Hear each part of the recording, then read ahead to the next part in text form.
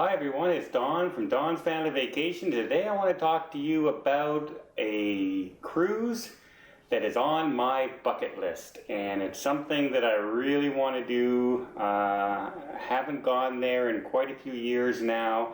So there's certain trips on everybody that everyone has for their bucket lists, like staying in Fiji at the bungalows over the water, or going on a world cruise and everything. Well, this cruise here is one of my bucket list favorites. It's with my favorite cruise line right now, the Princess Cruise Lines, and it's a brand new ship. So we're going to talk about what is my bucket list cruise coming up right after this.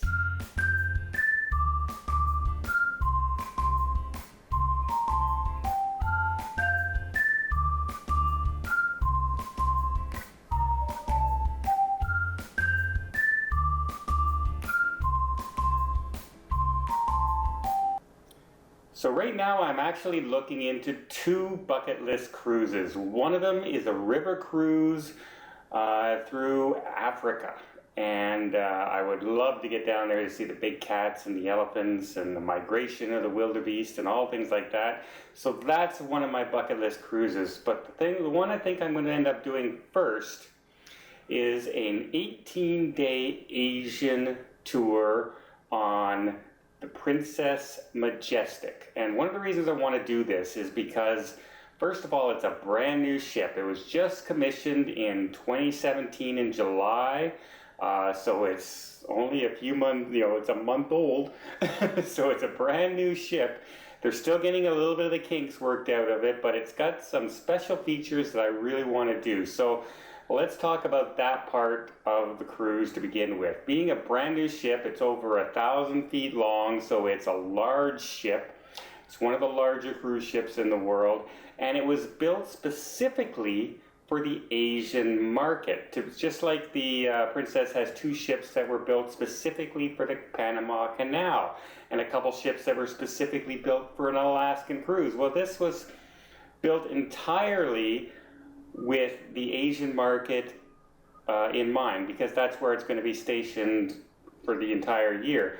The good thing about this is it also has, besides being able to have all the local flavors and everything for the food and the decorations and the culture of the area, with authentic guides on board and things like that, is that it also incorporates, they have a French restaurant, they have an Italian restaurant, they have a steakhouse, they have a lobster bar, they have all the amenities that North Americans would like and the Asian market would like. So that's one of the reasons I'm really looking forward to this cruise. So let's talk a little bit more about the ship.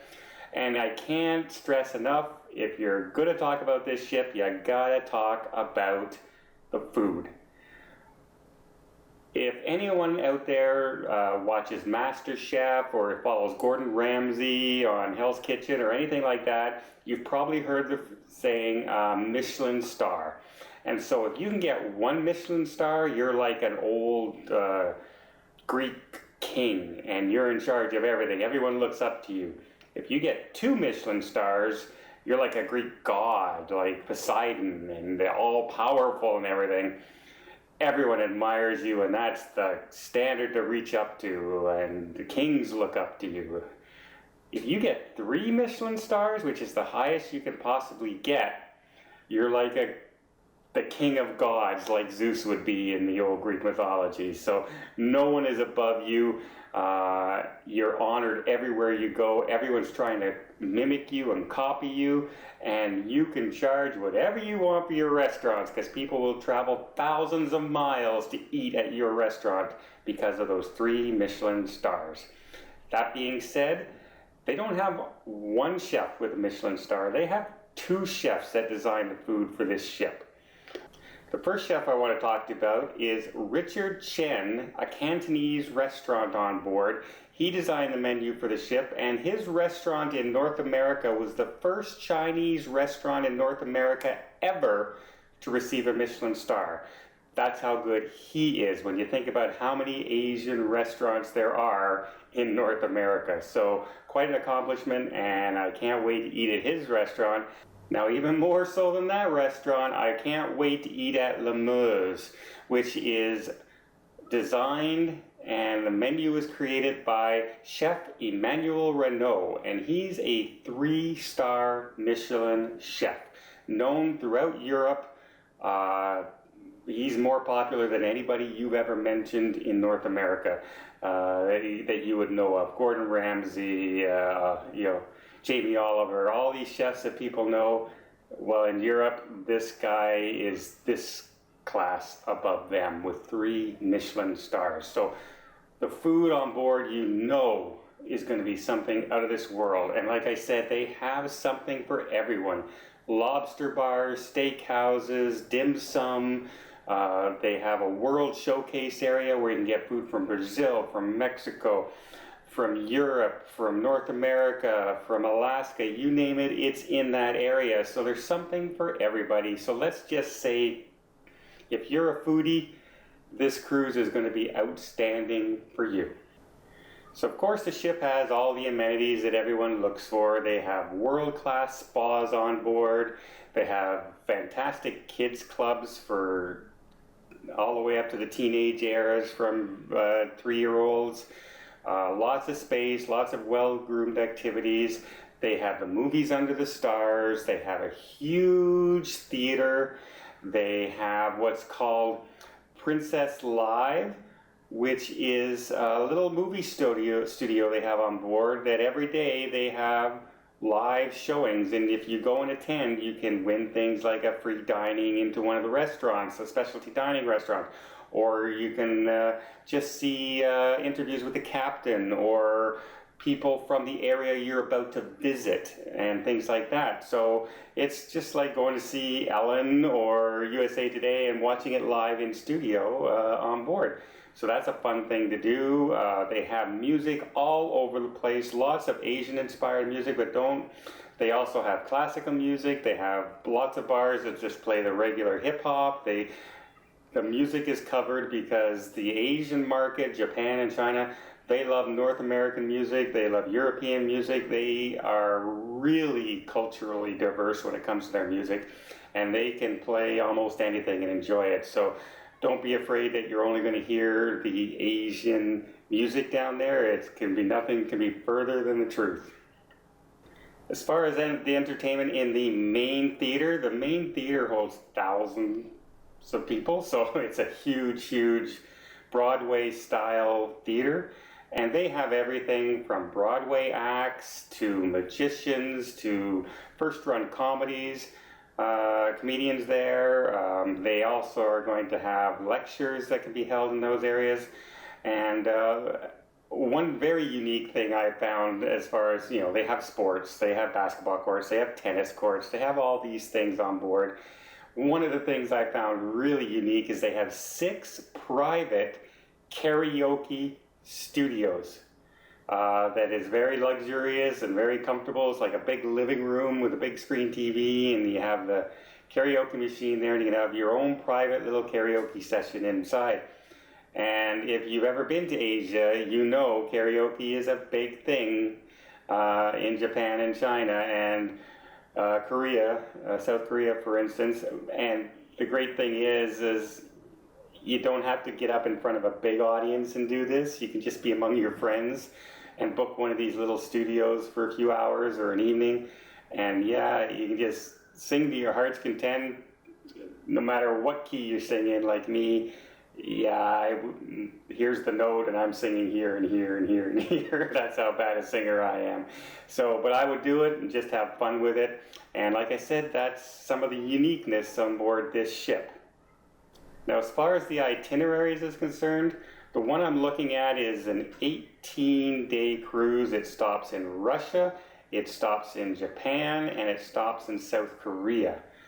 And talk about getting 3 very unique locations into one cruise is amazing. And I think they're even thinking about adding a stop in China as well, into Tokyo. So you'd cover really 4 completely unique countries to visit in one single cruise, and it's all in one very small area, so you have a very relaxed cruise. It's not rushing to get to the next port, because the next port may only be like 100 miles down the shoreline. So on a cruise ship, that's like a 4-hour trip. So it's not like they have to rush to get there. So you see them heading out to sea and taking the long way out and coming back in, just so you can enjoy the ocean and the sea day and the ship itself.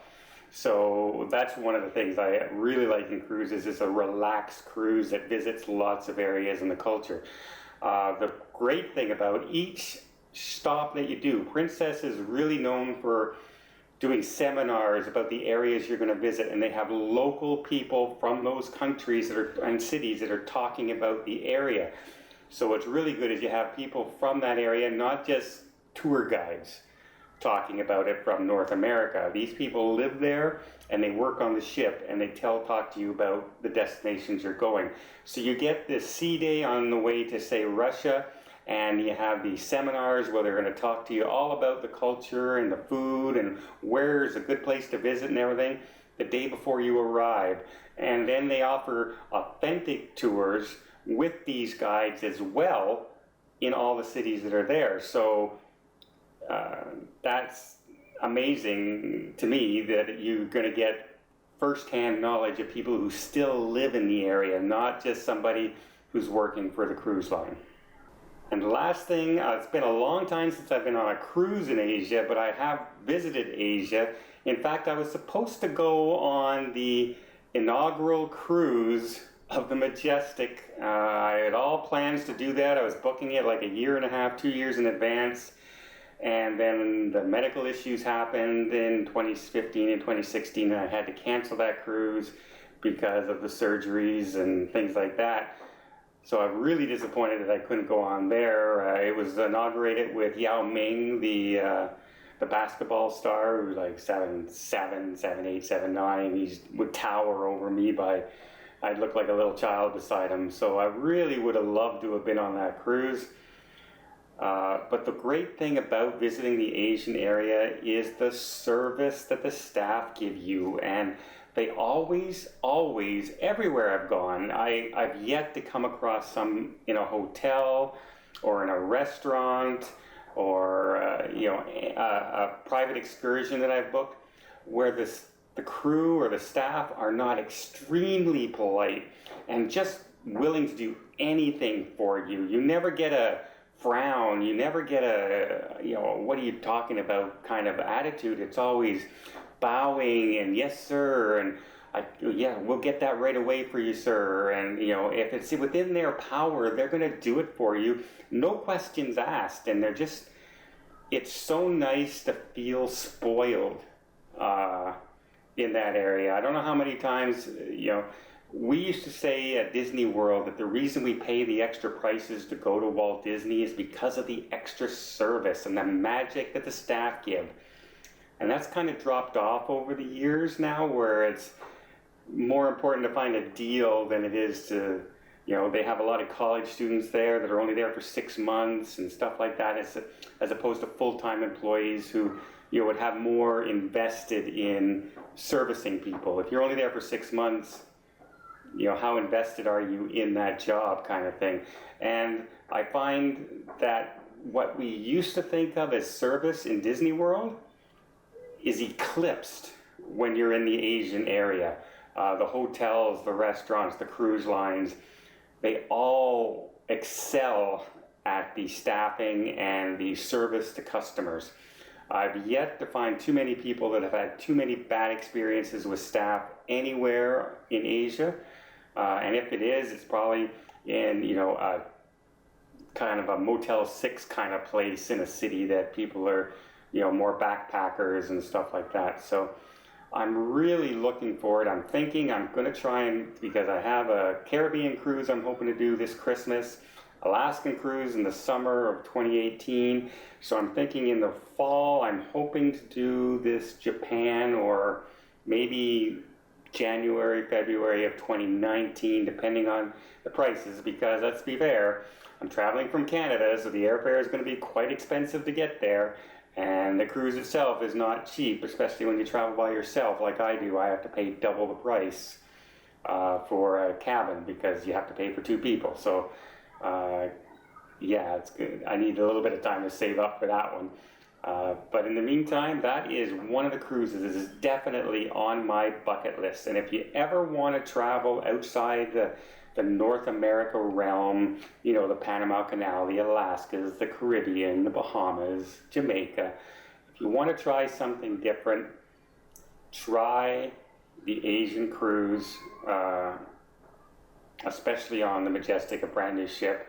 I mean, take a look at the view here on the side from the ship. You can it's like you're visiting the Alaskan and Victoria and Vancouver, BC's mountainside. Meanwhile, it looks so calm that the houses on the shoreline look like they're from the Caribbean because it's all warm weather, and it's just gorgeous there.